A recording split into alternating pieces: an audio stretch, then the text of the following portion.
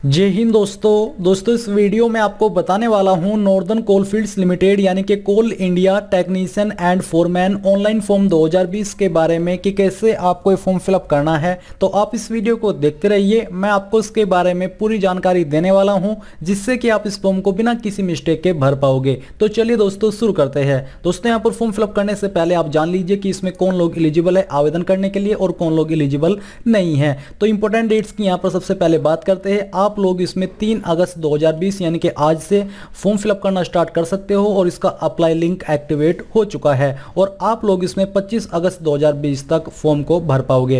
Application fees यहां पर general OBC EWS के लिए 500 है, एससी एसटी पीएच के लिए कोई भी एप्लीकेशन फीस नहीं है। इसके अलावा एज लिमिट की अगर बात करें तो मिनिमम एज लिमिट 18 साल है और मैक्सिमम एज लिमिट आपकी 30 साल रखी गई है। साथ ही गवर्नमेंट रूल्स के अकॉर्डिंग एससी एसटी कैंडिडेट को 5 साल की छूट और ओबीसी को 3 साल की छूट भी दी जाएगी और जो आपकी जो एज काउंट की जाएगी आपकी 25 अगस्त 2020 तक काउंट की जाएगी।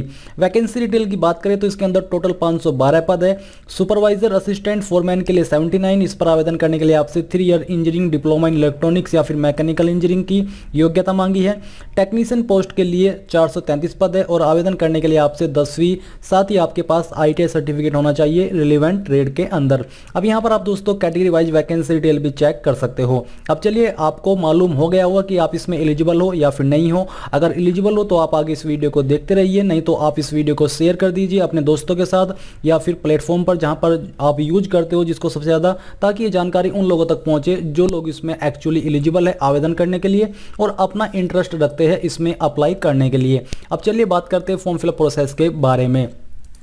तो यहाँ पर दोस्तों अभी जो आप वेबसाइट देख पा रहे हो ये इसका डायरेक्ट लिंक है। ये लिंक आपको वीडियो के डिस्क्रिप्शन में मिल जाएगा। आपको ये लिंक ओपन कर लेना है। ओपन करने के बाद आपके सामने यहाँ पर कुछ इंस्ट्रक्शन आ जाएंगे, आप चाहे तो उनको रीड कर सकते हैं, नहीं तो आपको नीचे आकर के यहाँ पर प्रोसीड के ऊपर क्लिक करना है। अब इसके ऊपर क्लिक करने के बाद आपके सामने यहाँ पर रजिस्ट्रेशन का पेज आ जाएगा। तो सबसे पहले है फर्स्ट नेम, तो जो भी आपका फर्स्ट नेम हो यहाँ पर आपको एंटर करना है। अगर मिडिल नेम है तो यहाँ पर डाल दीजिए, नहीं तो खाली छोड़ दीजिए।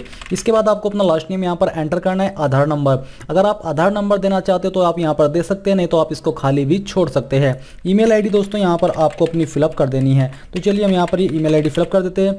इसको फिलअप करने के बाद यहाँ पर आपको अपना वैलिड मोबाइल नंबर एंटर करना है। पोस्ट अप्लाइंग फॉर यानी कि आप किस पोस्ट के लिए अप्लाई कर रहे हो वही पोस्ट आपको यहाँ पर चूज कर लेनी है। आपके सामने सभी पोस्ट है ट्रेड वाइज, तो आपको अच्छे से चेक करके अपनी पोस्ट चूज कर लेनी है। फिर इसके बाद दोस्तों आपको एक पासवर्ड चूज करना है। आपकी पासवर्ड की लेंथ कम से कम 6 कैरेक्टर की होनी चाहिए और आपके पासवर्ड के अंदर एक स्पेशल कैरेक्टर, एक डिजिट, दूसरा कैपिटल वर्ड ये होना चाहिए। इसके बाद जो पासवर्ड आप यहाँ पर सिलेक्ट करोगे उसको दोबारा से डाल करके आपको कन्फर्म करना है और कन्फर्म करने के बाद जितनी भी जानकारी आपने यहाँ पर भरी है इन सभी को एक बार चेक कर लेना है और आपको लगे कि यहाँ सभी जानकारी सही है तो आपको नीचे आकर के यहाँ पर टिक करना है और फिर आपको रजिस्टर के ऊपर क्लिक कर देना है। रजिस्टर के ऊपर क्लिक करने के बाद दोस्तों आपके रजिस्टर्ड मोबाइल नंबर जो कि अभी आपने यहाँ पर भरा था उसके ऊपर एक OTP आया होगा, वो OTP डाल करके आपको वेरीफाई कर देना है और जैसे ही वेरीफाई हो जाए तो आपको यहाँ पर ऊपर लॉगिन के ऊपर क्लिक करना है। इसके ऊपर क्लिक करने के बाद आपके सामने यहाँ पर न्यू विंडो भी आ सकती है या फिर वहीं पर ये पेज ओपन हो सकता है। तो चलिए मैं इसको यहीं पर ओपन करता हूँ ताकि ये जानकारी अच्छे से फिलअप हो सके। तो चलिए हम यहाँ से इस वेबसाइट को ओपन करते हैं। ओपन करने के बाद दोस्तों अभी जो आपने ईमेल आईडी यहाँ पर इस्तेमाल की थी रजिस्ट्रेशन करते समय वो ईमेल आईडी आपको यहाँ पर डालनी है और जो पासवर्ड आपने चूज किया था वो पासवर्ड आपको यहाँ पर भरना है और फिर जो यहाँ पर आपको कैप्चा कोड दे जा रहा है जैसे कि 5 × 9 यानी कि 5 नंबर कितने होते हैं वो आपको यहाँ पर भरना है और भरने के बाद आपको गो के ऊपर क्लिक कर देना है। अब लॉगिन करने के बाद दोस्तों आपके सामने यहाँ पर कुछ इस तरह का इंटरफेस आ जाएगा जहाँ पर आपको दिया जा रहा है कि आपने इस ईमेल आईडी से लॉगिन किया है। साथ ही आपको नीचे देखने को मिलेगी पोस्ट, आपने किस पोस्ट को चूज किया है अप्लाई करने के लिए और लास्ट डेट भी यहाँ पर आपको दी जा रही है। इसके सामने अप्लाई के नीचे है अप्लाई नाउ, तो आपको सिंपली अप्लाई नाउ के ऊपर क्लिक करना है। इसके ऊपर क्लिक करने के बाद यहाँ पर आपके सामने कुछ जानकारी आ रही है जैसे कि go through advertisement details before filling application form click here. तो यहाँ पर अगर आप एडवर्टाइजमेंट डिटेल्स चेक करना चाहते हो तो आपको यहाँ पर क्लिक करना है। योर रजिस्ट्रेशन नंबर, आपका रजिस्ट्रेशन नंबर यहाँ पर दिया जा रहा है। साथ ही पे required application fee if applicable click here, यानी कि अगर आप एप्लीकेशन फीस आपके ऊपर लागू हो रही है तो आपको यहाँ पर अपनी एप्लीकेशन फीस जमा करनी होगी। इसके ऊपर आपको क्लिक हियर करना होगा। तो जैसे कि यहाँ पर हम क्लिक हियर करते हैं तो आपको यहाँ पर ऑनलाइन पेमेंट के पेज पर भेज जाएगा, तो आपको यहाँ पर इसके ऊपर टिक करना है और फिर आपको प्रोसीड के ऊपर क्लिक करना है। प्रोसीड के ऊपर क्लिक करने के बाद यहाँ पर है स्टेट ऑफ कॉर्पोरेशन या फिर इंस्टीट्यूट, तो बेसिकली यहाँ पर आपको इसके अंदर मध्य प्रदेश चूज करना होगा, क्योंकि अगर आपने यहाँ पर देखा है तो आपको बोला गया है कि आपको यहाँ पर जो आपकी इंस्टीट्यूट है वो मध्य प्रदेश के अंदर है। तो चलिए हमने यहाँ से मध्य प्रदेश सिलेक्ट कर लिया है। फिर आता है टाइप ऑफ कॉर्पोरेशन या फिर इंस्टीट्यूट। तो अब यहाँ पर आपको सिलेक्ट करना है पीएसयू पब्लिक सेक्टर अंडरटेकिंग। तो चलिए हम यहाँ से PSU public sector undertaking select कर लेते हैं और इसके बाद गो के ऊपर क्लिक कर देते हैं। गो के ऊपर क्लिक करने के बाद यहाँ पर दोस्तों आपके सामने है food corporation of India, GM या फिर एनसीएल रिक्रूटमेंट। तो हमको एनसीएल रिक्रूटमेंट सिलेक्ट करना है और ये करने के बाद सबमिट के ऊपर क्लिक कर देना है। इसके ऊपर क्लिक करने के बाद आती है सिलेक्ट पेमेंट कैटेगरी। तो यहाँ से आपको एप्लीकेशन फी फॉर सुपरवाइजरी या फिर टेक्नीशियन पोस्ट इसको सिलेक्ट करना है। ये सिलेक्ट करने के बाद यहाँ पर दोस्तों आपके सामने जानकारी आती है सिलेक्ट पेमेंट कैटेगरी। तो दोस्तों यहाँ पर ये आपने पहले सिलेक्ट कर ली है। नीचे है आपका नेम ऑफ एप्लीकेंट। तो जो भी आपका एप्लीकेंट है जो कि आपने रजिस्ट्रेशन करते समय इस्तेमाल किया वो यहाँ पर आपको भरना है। पोस्ट अप्लाइड फॉर, आप किस पोस्ट के लिए अप्लाई कर रहे हो वही पोस्ट आपको यहाँ से चूज कर लेनी है।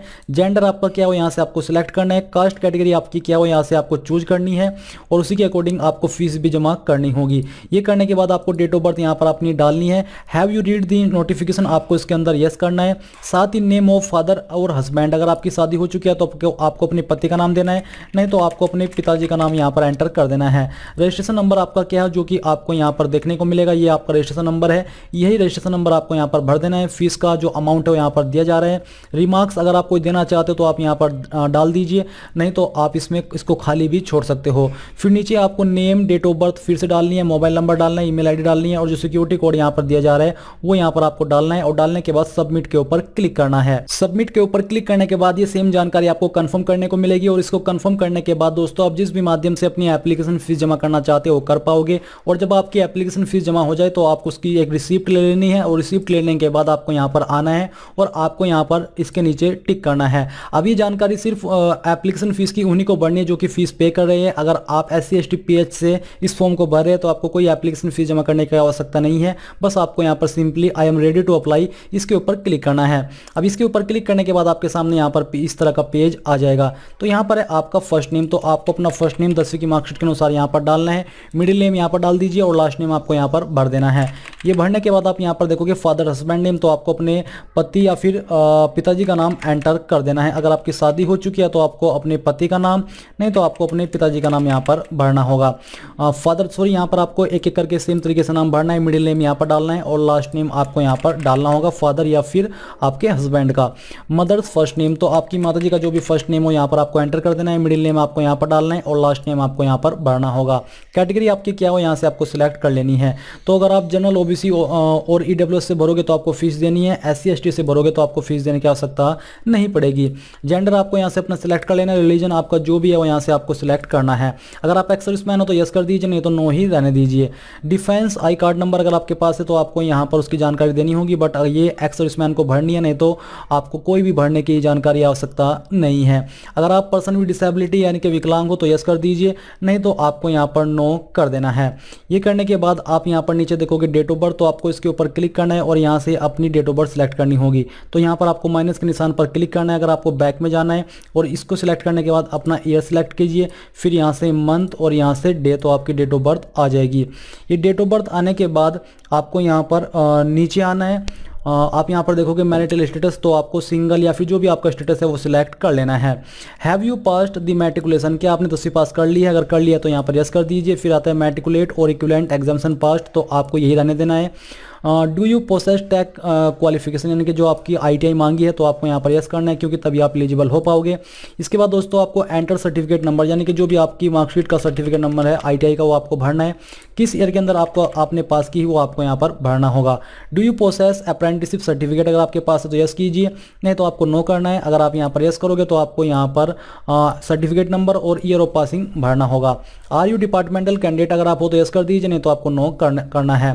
Test centre and language preferences for written test, तो टेस्ट सेंटर के अंदर यहाँ पर आपकी 2 ही स्टेट है, आपको इनमें से कोई एक सिलेक्ट कर लेनी है। टेस्ट सेंटर 2 आप कहाँ रखना चाहते हो आपको चूज करना है। Provide your language preference for written test, आप अपना रिटन टेस्ट किस लैंग्वेज के अंदर देना चाहते हो वो आपको सिलेक्ट करना है। इसको सिलेक्ट करने के बाद नीचे है एड्रेस फॉर कम्युनिकेशन, यानी कि प्रेजेंट एड्रेस की जानकारी, तो जो भी आपका एड्रेस है आपके डॉक्यूमेंट के अनुसार वो यहाँ पर आपको भरना है। अगर आपका एड्रेस लॉन्ग है तो आपको एड्रेस लाइन 2 का इस्तेमाल करना है। पोस्ट ऑफिस नेम यहाँ पर आपको लिखना है। डिस्ट्रिक्ट आपको यहाँ पर अपनी फिलअप कर देनी है। इसको फिलअप करने के बाद अपनी स्टेट यहाँ से आपको चूज करनी है कि आप किस स्टेट से इस फॉर्म को भर रहे हो। ये भरने के बाद दोस्तों आप यहाँ पर देखोगे पिन कोड, तो आपको अपनी डिस्ट्रिक्ट या फिर पोस्ट ऑफिस का पिन कोड डाल देना है। मोबाइल नंबर यहाँ पर आपको एंटर कर देना है। नीचे से इसी के सामने दिया जा रहा है check the box if present and permanent address both are same, यानी कि अगर आपका प्रेजेंट एड्रेस और परमानेंट एड्रेस सेम है तो आपको उसके ऊपर टिक कर देना है। ये टिक करते ही नीचे भी ऑटोमेटिकली सेम जानकारी आ जाएगी। एम्प्लॉयमेंट एक्सचेंज रजिस्ट्रेशन डिटेल्स, तो मैं आपको बता दूं कि ये जानकारी कंपलसरी रूप से नहीं मांगी है। अगर आपका एम्प्लॉयमेंट एक्सचेंज यानी कि आपने रोजगार कार्यालय के अंदर रजिस्ट्रेशन नहीं कराया तो कोई प्रॉब्लम नहीं है, आप उसके बिना भी आवेदन कर पाओगे और एलिजिबल भी हो पाओगे। बट अगर कराया है तो आपको यहाँ पर रजिस्ट्रेशन नंबर डाल देना है। नेम ऑफ एम्प्लॉयमेंट एक्सचेंज यानी कि कहाँ पर कराया है वो डालना है, और ईयर ऑफ रजिस्ट्रेशन किस ईयर के अंदर कराया था वो आपको यहाँ पर लिखना होगा। अब दोस्तों यहाँ पर नीचे डिक्लेरेशन दिया जा रहा है, आपको उसके नीचे टिक कर देना है।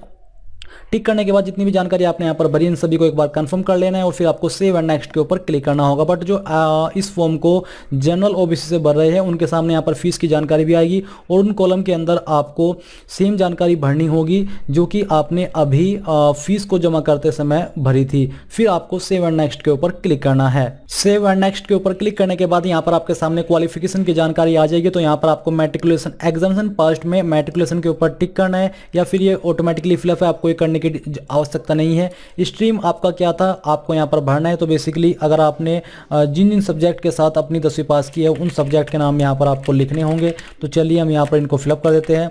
और ये फिलअप करने के बाद आपको दिया जा रहा है ईयर ऑफ पासिंग, आपने किस ईयर के अंदर पास कर ली थी वो आपको यहाँ पर भर देना है। किस कॉलेज या फिर किस स्कूल से की थी वो आपको यहाँ पर भरना होगा। तो ये भरने के बाद सामने आते हैं बोर्ड, तो आपने किस बोर्ड से की थी उस बोर्ड का नाम यहाँ पर लिखना है। और फिर आता है कोर्स ड्यूरेशन, तो यहाँ पर 1 साल का होता है इसलिए आपको यहाँ पर 1 साल लिख देना है। नेचर ऑफ कोर्स आपको यहाँ पर चूज करना है, रेगुलर या फिर प्राइवेट। इसके बाद परसेंटेज आपकी कितनी थी वो आपको यहाँ पर एंटर करनी होगी। ये एंटर करने के बाद आपको सिंपली ऐड रो के ऊपर क्लिक करना है। तो चलिए हम ऐड रो के ऊपर क्लिक कर देते हैं। इसके ऊपर क्लिक करने के बाद यहाँ पर आपके सामने सेकंड लाइन आ जाएगी। अगर आप इसकी जानकारी भी देना चाहते हो जैसे कि 12th की जानकारी, तो आप यहाँ पर सेम तरीके से इसके ऊपर टिक करके जानकारी भर सकते हो। एग्जामिनेशन पास्ट में आपको यहाँ पर 12th लिख देना है क्योंकि मैट्रिकुलेशन की जानकारी आप भर चुके हो, और इसके बाद बाकी की जानकारी आपको सेम तरीके से भर देनी है। ये सब जानकारी भरने के बाद आपको यहाँ पर इसके नीचे टिक करना है और टिक करने के बाद आपको नेक्स्ट के ऊपर क्लिक कर देना है। अब दोस्तों यहाँ पर आपके सामने आपके फॉर्म का प्रीव्यू आ चुका है जहां पर आप प्रत्येक जानकारी कंफर्म कर सकते हो जो कि जानकारी अभी तक आपने इस फॉर्म के अंदर भरी है। तो आपको पूरे अच्छे तरीके से श्योर हो जाना है कि हाँ ये सभी जानकारी सही है, और श्योर होने के बाद आपको यहाँ पर नीचे आना है और कंफर्म के ऊपर क्लिक कर देना है और यहाँ से आपको ओके कर देना है। अब ये करने के बाद आपको अपना फोटो और सिग्नेचर अपलोड करना होगा। जान लीजिए कि जो आपके फोटो का फॉर्मेट है वो जेपीईजी या फिर जेपीजी का रहना चाहिए, साइज 50 KB से कम ही होना चाहिए। तो आपको चूज फाइल के ऊपर क्लिक करना है। इसके ऊपर क्लिक करने के बाद आपको आपकी गैलरी के अंदर ट्रांसफर किया जाएगा। तो चलिए मैं यहाँ पर आपको एक रैंडम इमेज अपलोड करके दिखाता हूँ।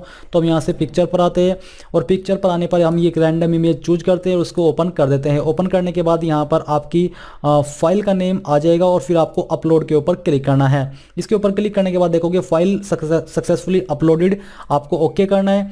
ओके करने के बाद आप व्यू के ऊपर क्लिक करके इसको व्यू भी कर सकते हो। ये देख लीजिए आप यहाँ पर इसको व्यू कर पा रहे हो। सेम तरीके से आपको चूज फाइल के ऊपर क्लिक करके अपना सिग्नेचर भी अपलोड करना होगा। आपको यहाँ सिलेक्ट करना है, उसको ओपन करना है और फिर आपको अपलोड पर क्लिक करना होगा। अब ये करने के बाद ये भी आपका अपलोड हो चुका है और आपकी फाइल यहाँ पर आ चुकी है। अब दोस्तों नीचे यहाँ पर आपको डिक्लेरेशन दिया जा रहा है, आपको इसके ऊपर राइट क्लिक करना है और करने के बाद आपको अब फाइनली पूरी तरीके से श्योर होकर के सबमिट के ऊपर क्लिक करना है। और मैं आपको बता दूं कि अगर आपने एक बार सबमिट कर दिया तो आप कोई भी जानकारी मॉडिफाई या एडिट नहीं कर पाओगे। इसलिए अगर आपको लग रहा है कि हाँ कोई जानकारी गलत है तो आप अभी भी इसको कैंसिल करके बैक में जाकर के जानकारी को सही कर सकते हैं। तो चलिए हम यहाँ से हम ओके कर देते हैं। ओके करने के बाद दोस्तों आप देखोगे एप्लीकेशन सक्सेसफुली सबमिटेड। अब आपको यहाँ से ओके करना है और आप यहाँ पर व्यू एप्लीकेशन के ऊपर क्लिक करके अपने एप्लीकेशन फॉर्म का जो प्रिंट है वो देख सकते हो। आपके सामने पूरी जानकारी दी जा रही है। अब यहाँ पर आप इसको प्रिंट एप्लीकेशन के ऊपर क्लिक करके प्रिंट कर लीजिए। अगर अभी आपके पास प्रिंटर मौजूद नहीं है तो आप इसको PDF के रूप में सेव कर लें। जब आपके पास प्रिंटर आ जाए तो आप अपने मोबाइल में इस फाइल को लेकर के चले जाना और वहाँ से इसको प्रिंट करा लेना है। इस प्रकार से दोस्तों आप नॉर्दर्न कोलफील्ड लिमिटेड यानी कि Coal India technician and foreman foreman online form 2020 को भर पाओगे। आई होप ये जानकारी और जो प्रोसेस मैंने आपको बताया वो आपको पसंद आया होगा। अगर आपको कहीं पर कोई जानकारी समझ नहीं आई है तो आप मुझे कमेंट करके पूछ सकते हो। मैं कोशिश करूंगा कि आपको जितना जल्दी हो सके आंसर कर सकूं। और इस वीडियो के लास्ट में आपसे बस यही कहना चाहूंगा कि प्लीज उस वीडियो को लाइक, शेयर और साथ ही साथ आपके अपने यूट्यूब चैनल ज्ञानदेव होस्ट को सब्सक्राइब कर ले और सब्सक्राइब करने के बाद बेल के आइकन को दबा दे ताकि आपको आगे आने वाली वीडियोस के नोटिफिकेशन सबसे पहले मिल पाए। जय हिंद दोस्तों।